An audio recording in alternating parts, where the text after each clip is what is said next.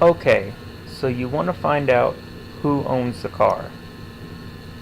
Now, there's a lot of different ways you can do this, but I'm going to go through 4 simple ways you can find out who owns a car. Alright, there's no worries. There are things that you can absolutely do to find out. So the first thing you want to try is try an ad. An ad can help you on Craigslist, it can help you on Facebook, it can help you anywhere that you can put an ad, including newspapers and online news sources. The reason for this is that a lot of people are willing to help if you have a good reason. If you don't have a good reason, it's probably not going to work out too well, but still. So all you need to know is the type of vehicle, the location you saw it, and your reason.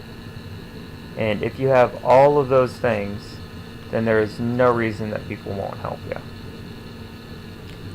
Alright, the second thing you can try is to use the information that you already have for the vehicle.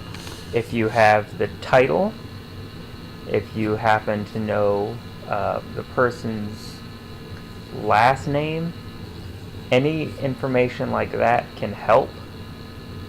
But all of those things you can take to the DMV or the Secretary of State, whichever one you have in your state or vicinity. They can help you track down information for vehicles.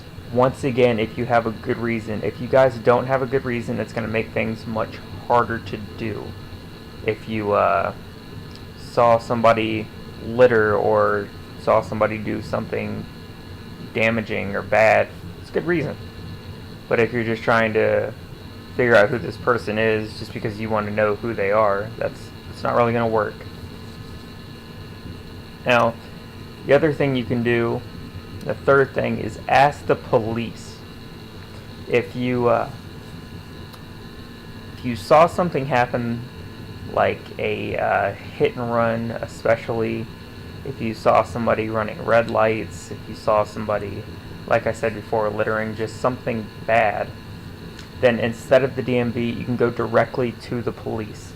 The police will be able to track down who the vehicle is. They can access the road cameras. They can access all the information in the Secretary of State and DMV databases. As it turns out, they can do all this rather quickly. And it's always good to help when you have to deal with situations like this. Now, if you're trying to find somebody for a different reason, say it's an old friend, or you got rear-ended or something and the person decided to drive away, if you for whatever reason you decide that you want to try to find this person, then there is something you can do, and that is going to info search sites. A lot of these you'll see they are free sites. Those free sites are not good. They do not give you enough information. They can maybe give you a first name or everything else, and what's going to happen is you're going to wind up getting information that may even be old. Some of the free information sites have information that's up to 5 to 10 years old. It doesn't help, and it's not good. So what you're going to wind up doing is you're going to have to go to an online auto search, and you're going to have to pay money for it. Usually it's pretty cheap. I think the trial runs like $3, and you can do like unlimited searches. But the program that I used last time I had to use it was infotracer.com. Now, infotracer.com is the best option out there if you need to find a vehicle.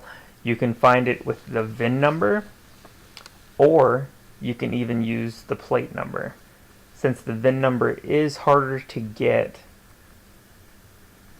because you have to wait till the car is parked, nobody's looking, or if somebody is looking, you just don't care, then you can get the VIN number off the dash. But it's easier to look it up with the license plate.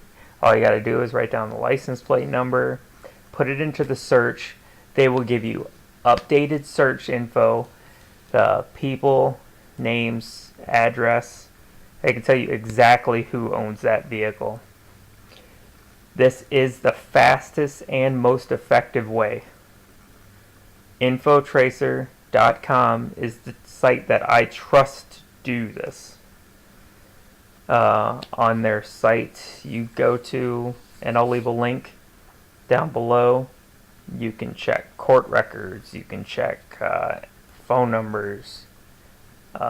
Infotracer has so much on their site that you can do that any kind of trial, like the $3 trial, is perfect for anybody. Like I said, if you try the free stuff, you can try it, but it's not going to give you good information. They don't keep their databases updated from what I can tell. I don't know if that's necessarily 100% true, but from what I can tell, they don't. So you want something good and definitive to find somebody. Once again, that's Infotracer.com. So those are 4 ways you can find out who owns a car. It's not hard to do if you know where to go. Now, once again, I said it, if you have a good reason, people will help. You know? And if you have a bad reason, maybe not. I'm certainly hoping you don't have a bad reason, but if you have a good reason, people will help. So the ones I said in order: try an ad, right? Use the information you have, such as a title, because when vehicles get signed over to people, they have to sign their names on the title. Ask the police if you need help directly and if it's an emergency. But chances are you're not going to be able to get to a police officer fast enough, to really do anything, unless you can get that license plate number. And if you have that license plate number, you can look it up yourself, which will probably be faster for you, and you'll be able to do something about it with an online auto search at Infotracer.com. And those are my 4 steps for finding the owner of a car or vehicle. I'm sure you can find a bike or anything like that. But if you can't find what you're looking for on the website, do a little more digging, because they have so many different variations of ways to look people up that there's no way you can miss out. Alright, have a good day.